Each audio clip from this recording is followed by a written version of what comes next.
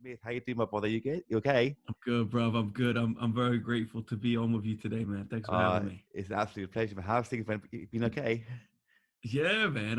I'm a new father. We had a baby in the middle of lockdown, No way.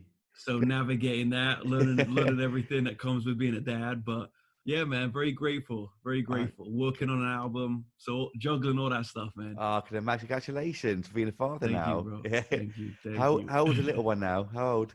So she's 10 months. So we had her in June. So she's coming up to a year, right in the middle of the pandemic.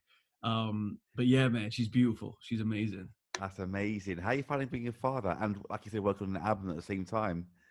It's do you know what? Being a dad has come a lot more naturally than I was. That's what everyone said. Like when you become a dad, something comes out of you. Like it reveals what was in you the whole time, Mm, and it's true. Like I thought I'd be spiraling. I thought I'd be like clueless, but it's that like evolutionary instinct that you just adapt. mm. And she's amazing. Like I love spending time with her.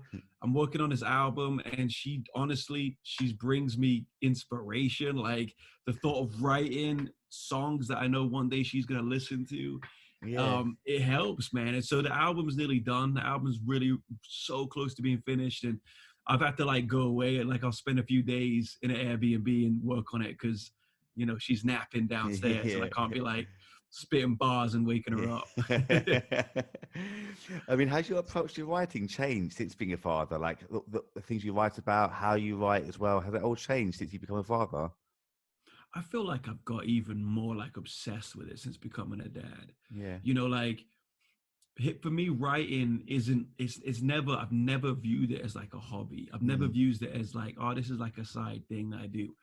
I viewed it as like a primary expression of my soul. And for the last 10 years, like this is how I'm gonna make the money as well. mm, And so with my daughter coming along, it's like this would be a time where you might pull back and you're like, well, I can't do this anymore. So I've got to get another job or do something. Or you kind of go into fifth gear and you're like, nah, this is it, man. Like mm. if this is gonna work so it provides for her and it gives her the most present and creative father she could possibly have, then I've got to change my approach to it. I've got to be even more invested into it. And so I feel like I'm taking my music more seriously. I feel like I'm being more creative. Yeah, it's Yeah. amazing. That's amazing. How long has this album taken you to almost complete from start to finish?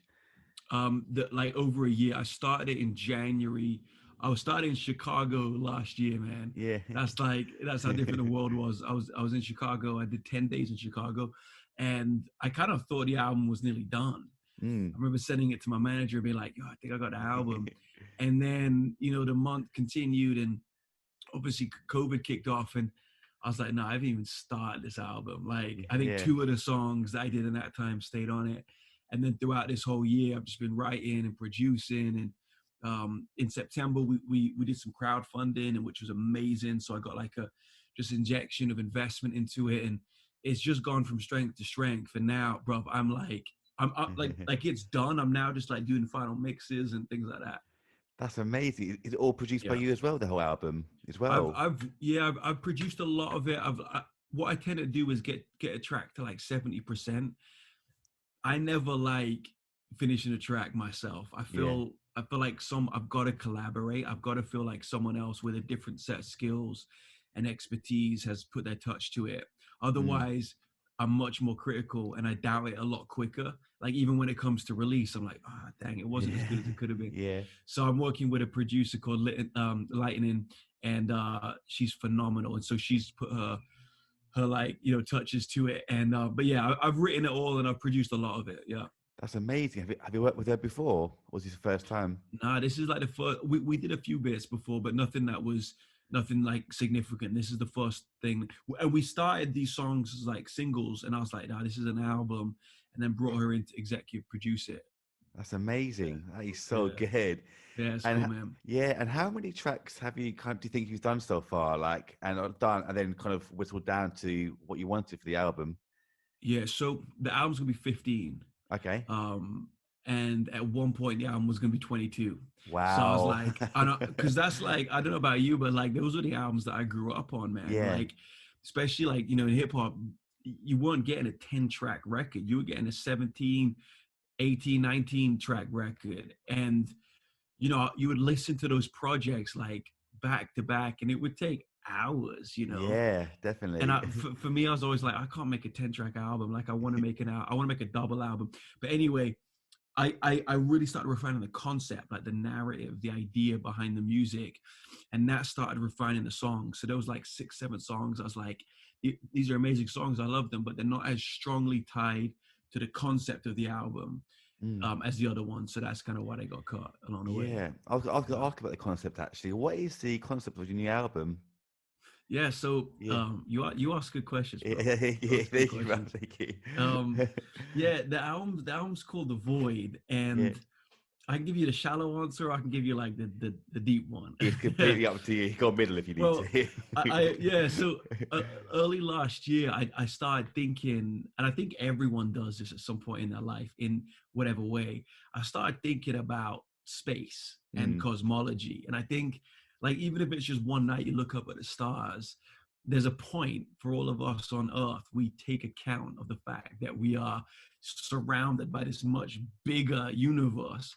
And I started reading and started learning more about cosmology, and how if you were to just be planted into space right now with no kind of like sense of location, if you just were dropped into space, there would be like a one in, I think it's 500 billion trillion chances that you would be anywhere near to a planet, right?